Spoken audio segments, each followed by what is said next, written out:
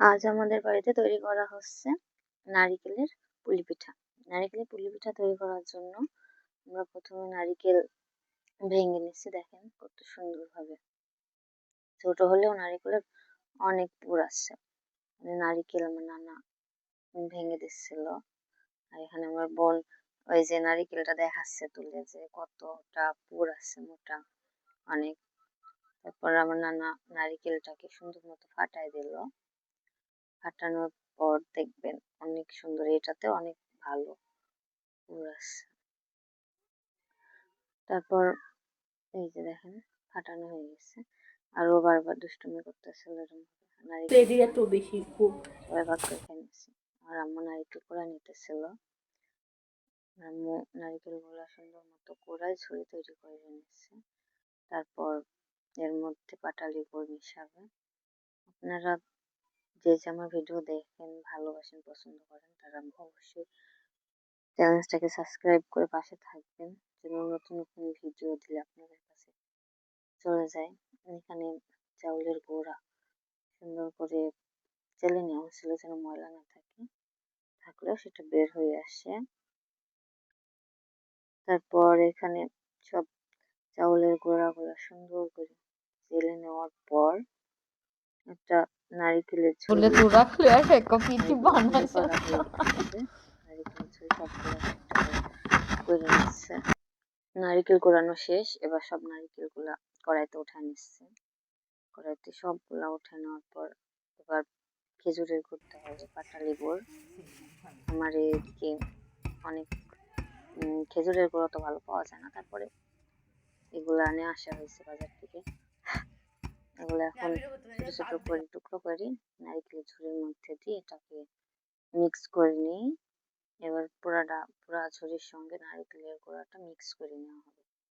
তারপর এটাকে চুলায় দিয়ে জাল করা হবে। জাল করে নেওয়ার সময় নাড়তে হবে অনবরত, না নাড়লে কিন্তু এটা নষ্ট হয়ে যাবে। আমাদের একটা কথা বলি, নারিকেলের ভেজে পিঠা তৈরি করার সময় আর যেই হচ্ছে ডোটা তৈরি করা হয়, ওটা যদি ভালো মতো না করা যায় তাহলে কিন্তু এই পিঠাগুলা অনেক সময় সকালবেলা অনেক শক্ত হয়ে যায়, খাওয়া যায় না। নারিকেলের ছড়িটা অনেক জাল করে অনেক সুন্দরভাবে নাড়াচাড়া করতে লেগে যাবে, না লেগে গেলে এটা হচ্ছে পুড়ে গেলে ভালো লাগবে না। এরপর ওই আটা তৈরি করার জন্য রুটি তৈরি করবে, এই জন্য পানি গরম দিয়ে দিচ্ছে। পানিতে বলক চলে আসছে, লবণ দিবে। তারপর আটাগুলা দিই এইখানে খামির করে নেবে। আটা দিয়ে খামির করে নিচ্ছে পুরা সুন্দর করে, যেন নিচে না লাগে। নিচে লাগলে কিন্তু গন্ধ বের হবে, খাওয়া যাবে না এটা, আর ভালোও হবে না। আর আম্মু এটা অনেক সুন্দর করে নিচ্ছে।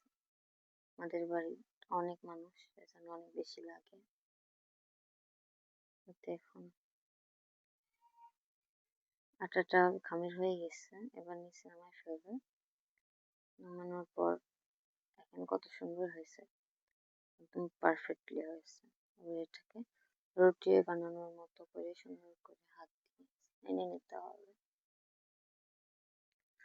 সুন্দর করে সাইনে নিতে হবে। নেওয়ার পর এটা থেকে রুটি তৈরি করা হবে। রুটি করার পর ছোট ছোট গ্লাস দিয়ে ছোট ছোট পিসের মতো করে কাটে নেবে। আমার আম্মু রুটি তৈরি করছে, ছোট ছোট করে রুটি তৈরি করে নেবে। রুটি করার পর গ্লাস দিয়ে এগুলা কাটতে হবে। তারপর আমি আর আমার মামাতো বোন মিলে পিঠাগুলো সব মুখ কাটকাইছি।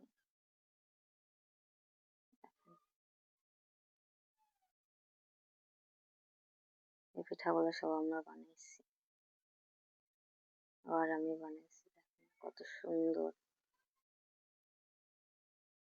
এভাবে পিঠা তৈরি করলে পিঠাগুলো অনেক ভালো হবে, সুন্দর হবে।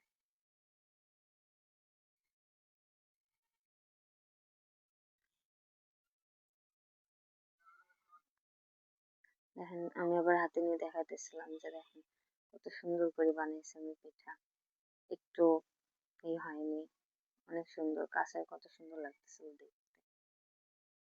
চাউলের আটা তো অনেক সুন্দর সাদা সাদা সাদা সাদা হয়েছে, আরো দেখতে বেশি ভালো লাগছে। এটা আমার নানির বাড়ি, এখানে সব পিঠা বানাই, অনেক মানুষ আসছে আজকে, এই জন্য এতগুলা পিঠা বানানো হয়েছে। এখানে আমার মামার তো বোন দুষ্টামি করতেছিল, আস্তে আস্তে সব পিঠাগুলা তৈরি করা হয়ে গেছে। এবং সব পিঠাগুলা তৈরি করা হয়ে গেছে, পিঠা বানানো শেষের দিকে প্রায়।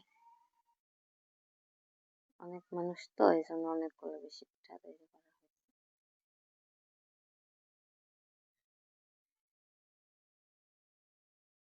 এবার পিঠা রান্না করার জন্য আকার উপরে পানি দিয়ে দিচ্ছে চুলার উপরে, পানিতে বলক চলে আসলে এলাচ, লবণ, দারচিনি গুলা দিয়ে জাল করে নিচ্ছে, তারপরে গুড় দিয়ে দিল, গুড় দিয়ে একটু লাড়ার পর খেজুরের গুড় দিয়েছে এখানে, লাড়ার পর একটু বলক আসবে তখন সব পিঠাগুলো একটু একটু একটু করে ছেড়ে দেওয়া হবে। এখানে একটা বড় পিঠা হয়েছে, এগুলো সব একটা একটা করে আমার আম্মু দিয়ে দিচ্ছে, অপেক্ষা করবে বলক আসা পর্যন্ত।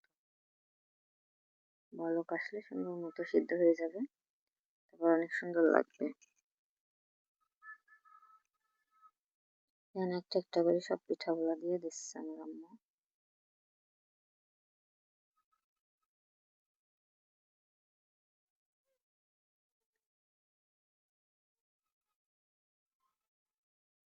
সব পিঠা দেওয়া দেওয়া হয়ে গেছে, ওরা অপেক্ষা করছে বলক আসার জন্য।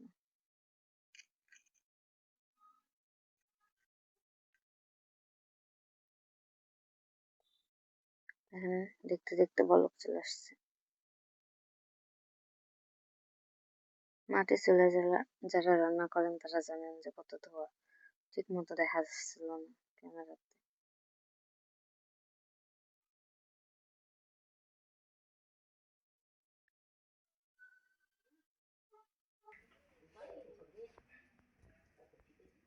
এই যে দেখেন পিঠা বলক চলে আসছে, হয়ে গেছে পিঠা, এবার নামাই নেবে। তারপর এর মধ্যে খাঁটি গরুর দুধ মিক্স করা হবে, তারপর ফাইনাল।